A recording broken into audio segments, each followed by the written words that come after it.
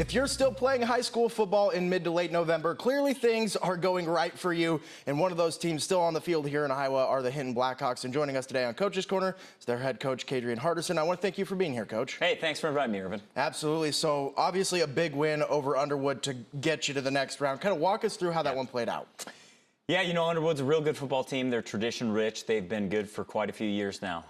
Coach McHaleson, he does a great job with that team, getting them to buy into their scheme, and they really they make life difficult on you with their ability to pass the ball and run the ball. So, you know, coming out of the gate, it seemed very evident that they'd played in big games like that before, and they were able to move the ball down the field on us and convert a big touchdown. And I thought after that moment, our boys really kind of realized what it's going to take to win this game. There's no more tentative feeling this thing out. We're going to have to be the aggressors. And from that point on, I really felt like we flipped a switch and we're the aggressors all night, really. You know, 3 out of your last 5 wins have come by 1 score. You know, I've talked to you about you guys wanting to be the most physical team on the field every night. You know, what really changes late in the fourth quarter when it's a close game? You know, what gives you the ability to finish games? Yeah, you know, I think a lot of it is just kind of the death by 1,000 cuts analogy. You know, when you're an 18-year-old kid or 16, 17-year-old kid and you're getting hit play after play after play for 48 minutes, eventually that starts to wear on you. And, you know, as a coach, you have to know what your strengths are of the team. And I've got a team who loves the weight room, and they've dedicated themselves to the weight room, you know, for 3 and 4 years now. And so, you know, in my mind, it would not be real judicious for us to do anything other than try to run the ball in the 3rd and 4th quarter. So they're built for this. They've been working for this for a long time, and that's the brand of football they want to play. So we're going to accommodate that. And you guys are 10-1. 1 loss to Ridgeview, 15-0 was the final score in that one. You know, people say you learn more in the losses rather than the wins. What did your team learn from that? Yeah, well, you know, Ridgeview, they're just an excellent team, just very well coached. You know, Coach Wilkin and Coach Bodie, they just do an incredible job with those kids getting to buy into different schemes week to week. And we showed up and we were just unprepared to play a football game. You know, I think at that point in the year we were 3-0, and a lot of kids and coaches, and probably myself included, there started to be a little bit of pride involved and thinking, hey, we're pretty good. And we don't need to put in the work every single week. And Ridgeview, they reoriented that thought process real quick. And they let us know you're never as good as you think you are. So, yeah, like you said, it was a great learning game for us to realize that every single opponent that we play can make you look real bad if you don't take them seriously. So I feel like from that point on, you know, the boys really have changed the way that they prepare week to week. And that's really starting to show off, especially late in the season here in the playoffs. You know, let's kind of go back in time here. You know, walk us through your journey there at Hinton. Sure, yeah. Well, I'm a Hinton kid. I was born and bred in Hinton, grew up there, played for Coaches Held and Dedeker, and then left for a few years and worked up in Sioux Center, and then came back, you know, in 2016 and started coaching again. And really, the entirety of Coach Held and Coach Dedeker's program was we want kids who are tough, they're going to work hard, and they're going to be the toughest team on the field on Friday nights. And so I've really just kind of taken that mentality and picked that up and kind of made that our philosophy of what we want to do. We want to play great defense, and we want to be able to run the football each and every year. We feel like at Hinton we've got kids who are naturally tough. They have been for years, and that's kind of the mantra that they play with and that they exude. So we just want to be the toughest team on the field. When we finish playing you, we want teams to know we played Hinton tonight.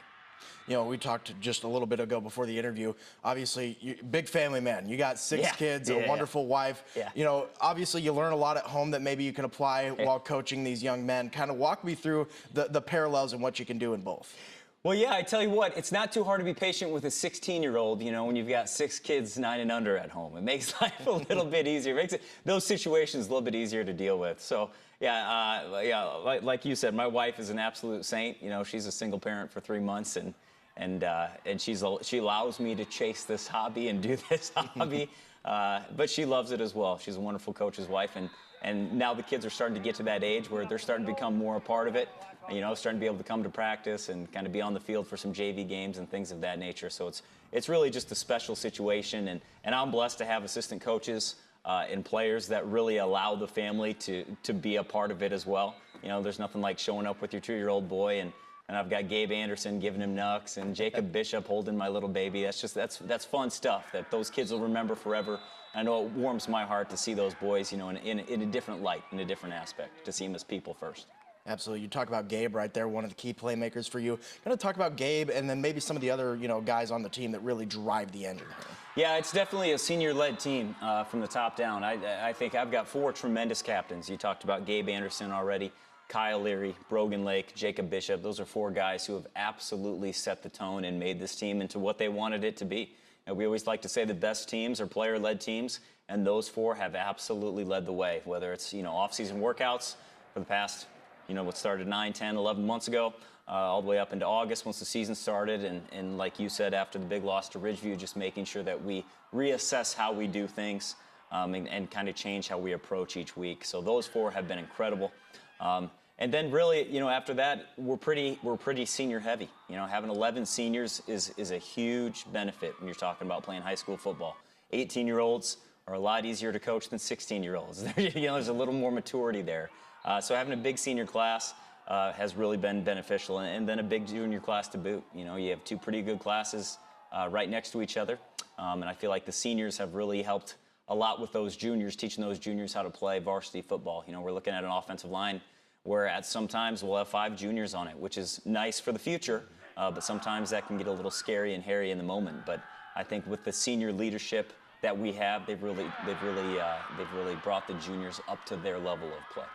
And you're headed to the Uni Dome. You've got Dyke New Hartford. Kind of walk us through what Siouxland should expect from the Hinton Blackhawks in that one. Well, boy, I tell you what, again, it's going to be a tough football game. You're looking at an opponent who really is very similar to us in the way that they like to play, very similar yardage-wise offensively. They're a run-first team, and they've got a running back who's very, very talented, and he's going to come downhill, and he's going to make you feel him. And they've got offensive linemen who like to get off the ball. They're very multiple in their formations and in their running schemes. And then in the passing game, their quarterback is very efficient. I think as a high school team, anytime you complete 72% of your passes, you're making really good decisions, and you've got guys who can come down with the ball when you put it up to them. So they're going to be very efficient, and we're going to have to be even better if we want to have a chance to win the game. But we're very excited for the opportunity. Absolutely. Well, that's all the time we have on Coach's Corner. I want to thank you one more time, Coach Hardison, for stopping by and talking some Hinton football. No problem. Glad to do it.